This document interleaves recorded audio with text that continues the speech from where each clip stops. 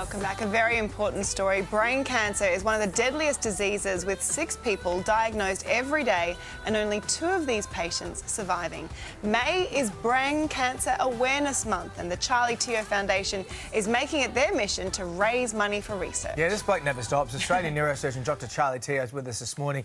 Charlie, it's always good to see you, mate. So tell us about this. Brain cancer, and I remember when I first met you and we did one of your balls, you know, it receives so little funding, which is outrageous. How can we do this? How can we change that? Look, it still receives relatively little funding compared to the other cancers.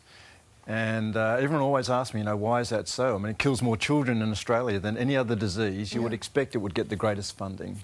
But I think it's all about awareness, and it's all about the impact that it has on society, making sure people understand that. It has a huge socio-economic impact on society, number one, actually, more than any other cancer.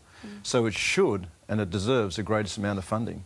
We just need to get the word out there. Yeah. Well, you started your foundation 3 years ago to try and help do that. You've also created the largest tumour bank in the Southern Hemisphere. Why is that so important? It's all about data, and it's not dissimilar to Google and Facebook. The more data you get on an individual, the more you can predict their behaviour. Right. And if we can predict the behaviour of someone's brain cancer by collecting data, then you can work out algorithms and personalised treatment. So the more data we get, the better.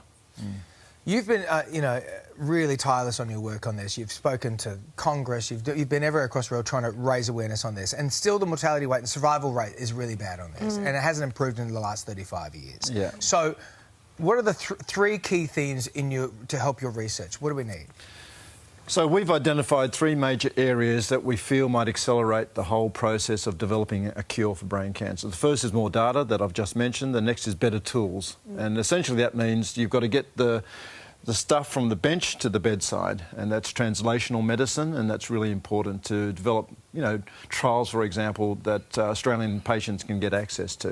And then finally, I always bring up the example of Barry Marshall, an out-of-the-box thinker who won the Nobel Prize for understanding that gastric ulcers had something to do with the bacteria. He was his own guinea pig because his idea was just so left field. And so we've developed a concept called the Teo Rebel researchers, and we're hoping to identify the Barry Marshalls of brain cancer research, the out-of-the-box thinkers, disruptive thinkers who might come up with the answer and accelerate this whole process of finding a cure. Yeah, well, everything helps, and everyone can help, because you're challenging people to learn a new skill and to try and create awareness and to raise some more money. I know, you're always, you know, trying new extreme things. So what are you trying this time? So the whole concept is that poor old people with brain cancer are challenged every day of their lives once they get the diagnosis. So the least we can do is challenge ourselves a little bit to get out of our comfort zone. Not only that, there's evidence to show that if you give yourself a challenge like learning a new language or a musical instrument over the age of 40, you'll stave off dementia. So I tried learning Arabic. I was terrible at it. Got to lesson number 1. Lesson number 1, couldn't you make gave those up. noises at the back of my throat. So I've decided I want to be a rock star. Yes! Awesome. And I've decided to learn to play the guitar. Yeah. Great. Yeah. What, acoustic guitar or... Oh, no, there we go, yes. Well, the problem is that Charlie will master this in 6 months and make us all look bad. Nah. So we want to tackle this as well. We want to help you with it. So what are we going to do?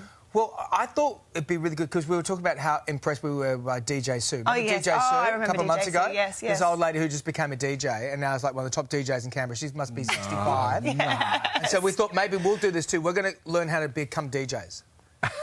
And then we'll be available for your foundation. I was about to say, do you need us to play at an event? No, thank you.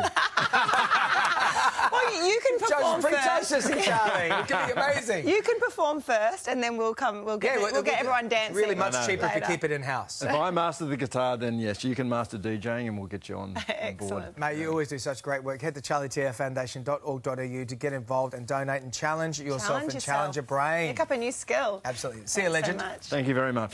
Coming up on Today Extra, the